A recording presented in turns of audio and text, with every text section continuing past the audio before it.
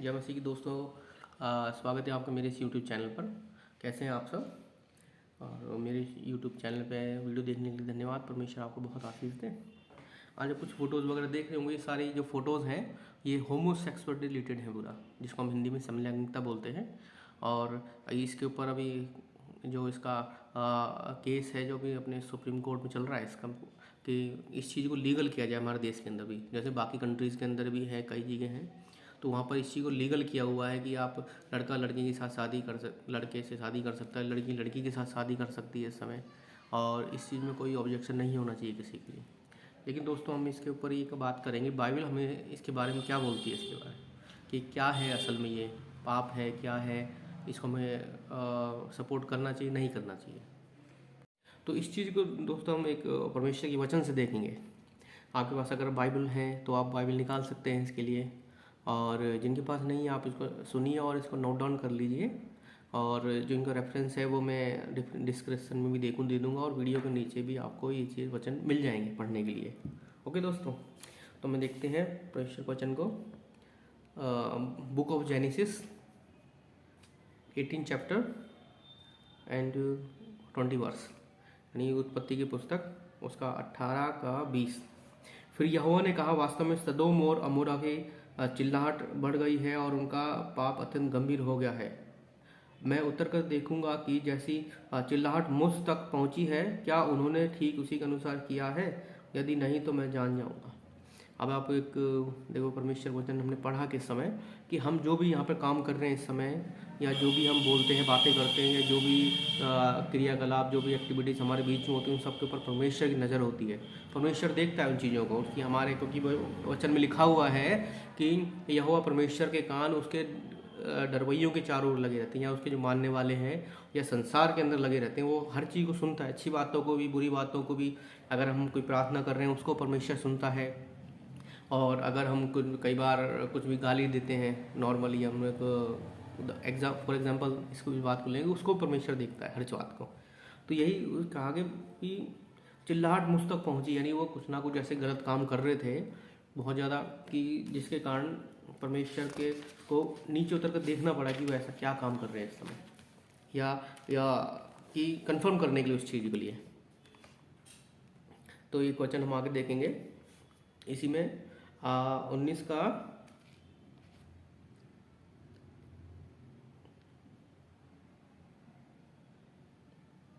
4। ठीक है, वैसा भी जो अगर आपको पूरा इसको रीड करना है तो दो इसके चैप्टर हैं 18 और 19 उत्पत्ति के, आप उसको पूरा पढ़ सकते हैं। इससे आपको डिटेल में पता चलेगा कि डिटेल स्टोरी क्या है इसकी, पूरा इंसिडेंट क्या हुआ था उस समय। लेकिन हम इस समय देखेंगे 19 का 4 से। इससे पहले कि वे सोते, उस नगर के लोगों ने, अर्थात सदोम और के पुरुषों, वरन जवानों और बूढ़ों, दोनों ने चारों ओर से आकर उस घर को घेर लिया। हम इसमें एक चीज़ देख रहे हैं कि उस समय उनको घेर लिया। क्यों घेर लिया? क्योंकि अब इसमें एक में लिखा हुआ है, संध्या समय जब लूत सदोम के फाटक के पास बैठा हुआ था, तब 2 स्वर्गदूत सदोम पहुंचे। तब लूत ने उन्हें देखा तो वह उनसे भेंट करने के लिए उठा और दंडवत करने लगा। कि उन लोगों को पता चल गया था कि उनके घर में 2 लोग आए हैं, जो मेल आए हैं उनके घर में, या स्वर्गदूत हैं, या 2 मेल, स्पेशली जो 2 मेल आए हुए हैं उसके घर में। तो ये उसके विषय में बात हो रही है इस समय। अगर कोई जैसे कुछ नए हैं, आप उसको समझ सकते हैं। और उन्होंने लूत को पुकारकर उससे कहा, आज रात को पुरुष तेरे यहाँ आए हैं, वे कहाँ हैं? यानी उनको पता चल चुका था, लोगों ने बताया होगा, या किसी न किसी ने देखा होगा, क्योंकि लोग घूमते रहते हैं शहर के अंदर या पहले गांव में, कि वो लोग कहाँ हैं, उन्हें आकर हमारे पास ले आके हम उनसे संभोग करें।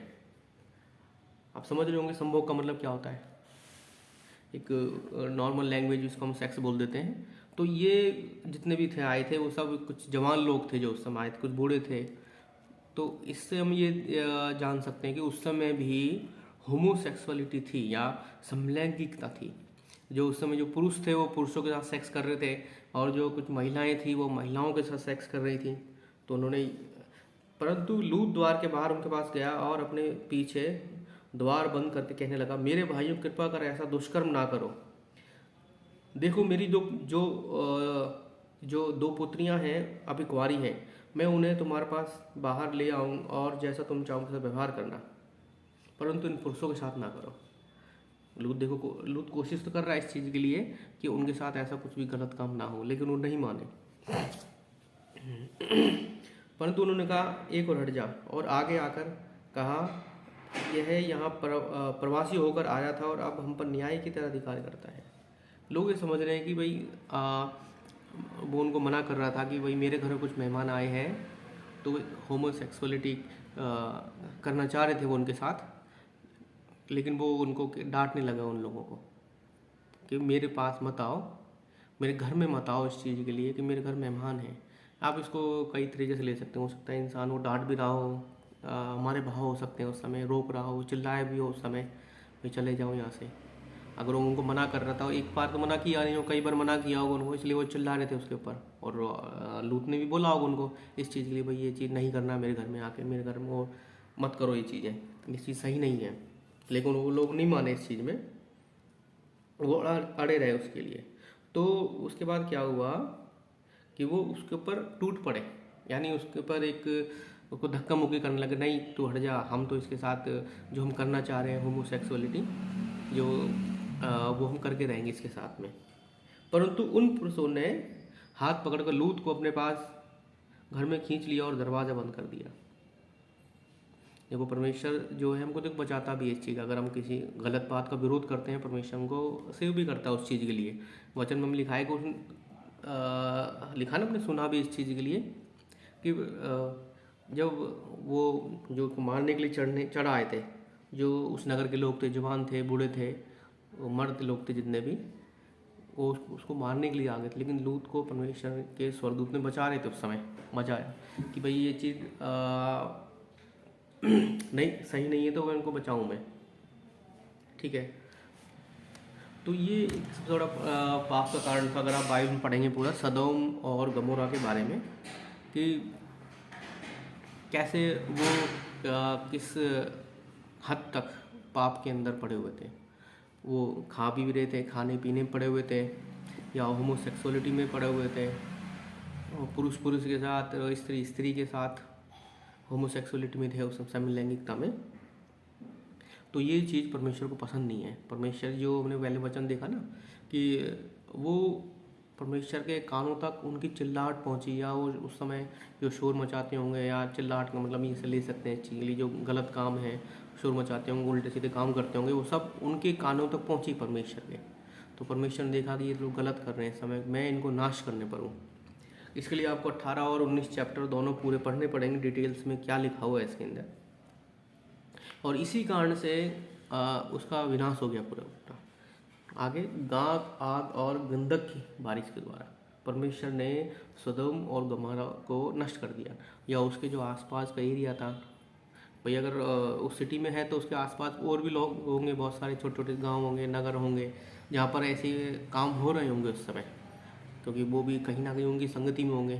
क्योंकि आप जानते हो, तो हम एक कहावत सुनते हैं कि जैसी संगत वैसी रंगत, क्योंकि वहाँ अगर साथ में लोग होंगे तो वो खा भी पी रहे होंगे, उनके साथ में शराब भी पीते होंगे, समलैंगिकता में भी होंगे, जो परमेश्वर को पसंद नहीं है चीज़ें।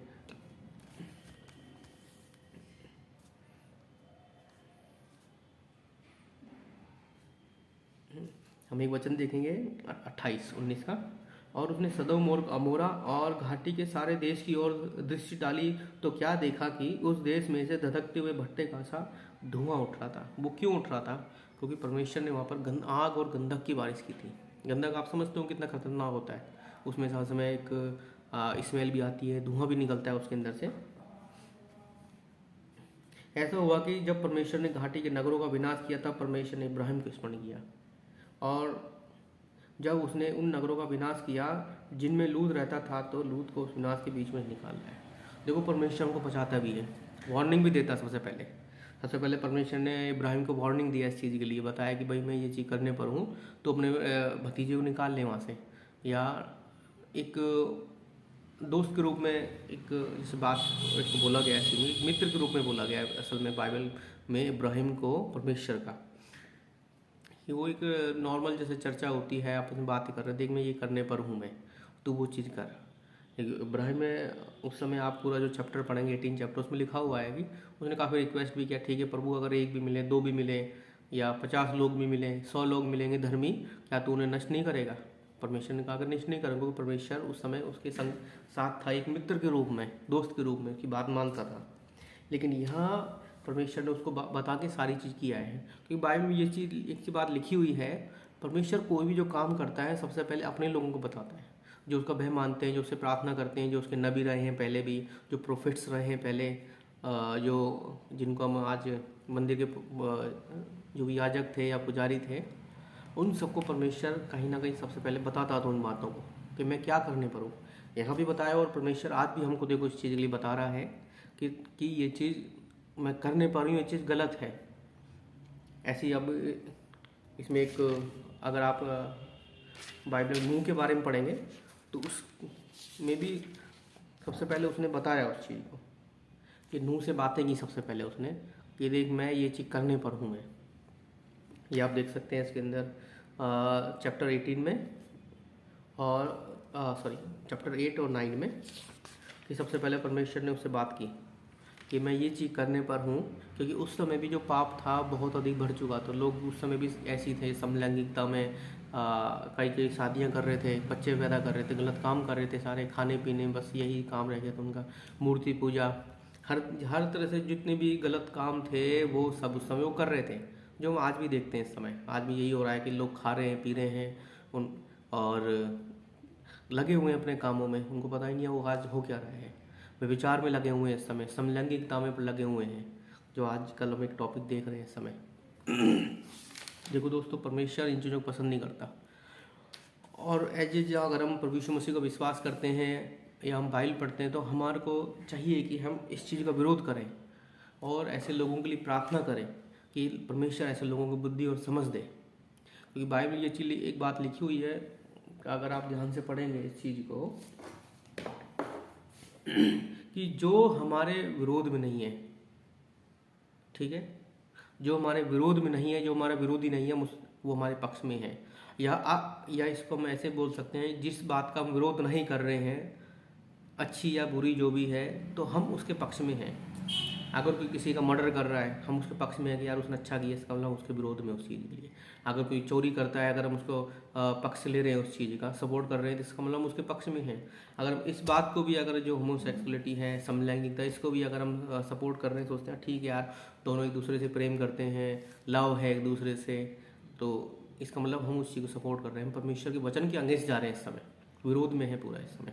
कि परमेश्वर का वचन से कहता है कि परमेश्वर ने स्त्री को पुरुष के लिए बनाया, पुरुष को स्त्री के लिए बनाया, कि दोनों एक दूसरे के साथ शादी करें, विवाह करें और खुश रहें और संतान उत्पन्न करें। परमेश्वर का वचन हमसे यही बोलता है इस चीज़ के लिए। लेकिन समलैंगिकता क्या है? परमेश्वर के वचन के अगेंस्ट है पूरा कि पुरुष के साथ और स्त्री के साथ अगर कुछ भी गलत करती हैं, संबंध बनाते हैं, तो वो परमेश्वर की नज़रों में टोटली गलत है और एक पाप है। तो दोस्तों, मैं आपसे ये प्रार्थना करूँगा कि मेरी रिक्वेस्ट रहेगी, आप लोग इस चीज़ के लिए प्रार्थना करें इस विषय पर, कि जो लोग इन चीज़ों में पड़े हुए हैं, परमेश्वर उनको बुद्धि और समझ दे, पवित्र आत्मा उनकी सहायता करके वो सच्चाई को जान सकें, क्योंकि वचन में लिखा हुआ है कि तुम सत्य को जानोगे, सत्य तुम्हें स्वतंत्र करेगा।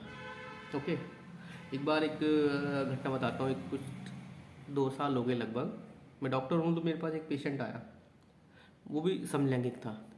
वो असल में लड़का था, वो चाह रहा था कि मैं लड़की बन जाऊँ। वो किसी और से प्यार करता था, वो किसी लड़के से ही, तो वो चाह रहा था कि मैं उसने किसी डॉक्टर से भी कंसल्ट किया पहले, दिल्ली या जयपुर में कहीं भी, किसी आई डोंट नो। तो उसने कहा कि आप क्या पहले अभी कुछ हार्मोनल इंजेक्शंस होते हैं वो लेना स्टार्ट करो उस समय, तो फीमेल हार्मोन्स होते हैं उसके लिए।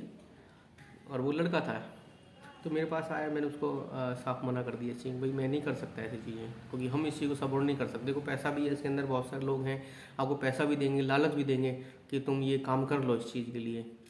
लेकिन देखो दोस्तों, हमारी एक समझ है इस चीज़ में कि हमको समझना है कि परमेश्वर का वचन हमसे क्या बोलता है इस समय, कि हम उस चीज़ को ना माने जो परमेश्वर के वचन के विरोध में है या परमेश्वर के वचन के अनुसार नहीं है, कि ये हमारी समझ है कि हम उस चीज़ का विरोध करें और उसके पक्ष में ना करें।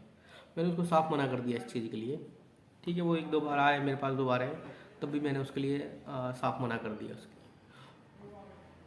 तो दोस्तों आज का वचन हमको यही है कि हम एक गलत चीज़ों का विरोध करें, चाहे वो कैसी भी हो, हमको जाए उसके लिए। हो सकता है कई बार लोग भी नाराज़ हो जाएंगे आपसे और गुस्सा भी होंगे इस चीज़ के लिए। इसका मतलब ये नहीं है कि हम उस चीज़ गलत बातों में भी उनका पक्ष लें। तो दोस्तों हम एक आखिरी प्रार्थना करेंगे इसके लिए आज। अच्छा, जाने से प्रार्थना करने से पहले मैं आपसे एक बात कहना चाह रहा था मैं, कि आप लोग इस चैनल को सब्सक्राइब करें। अगर आप नए हैं, लाइक करें, शेयर करें। कोई भी आपके दोस्त हैं उनको शेयर कर सकते हैं इस चीज़ के लिए।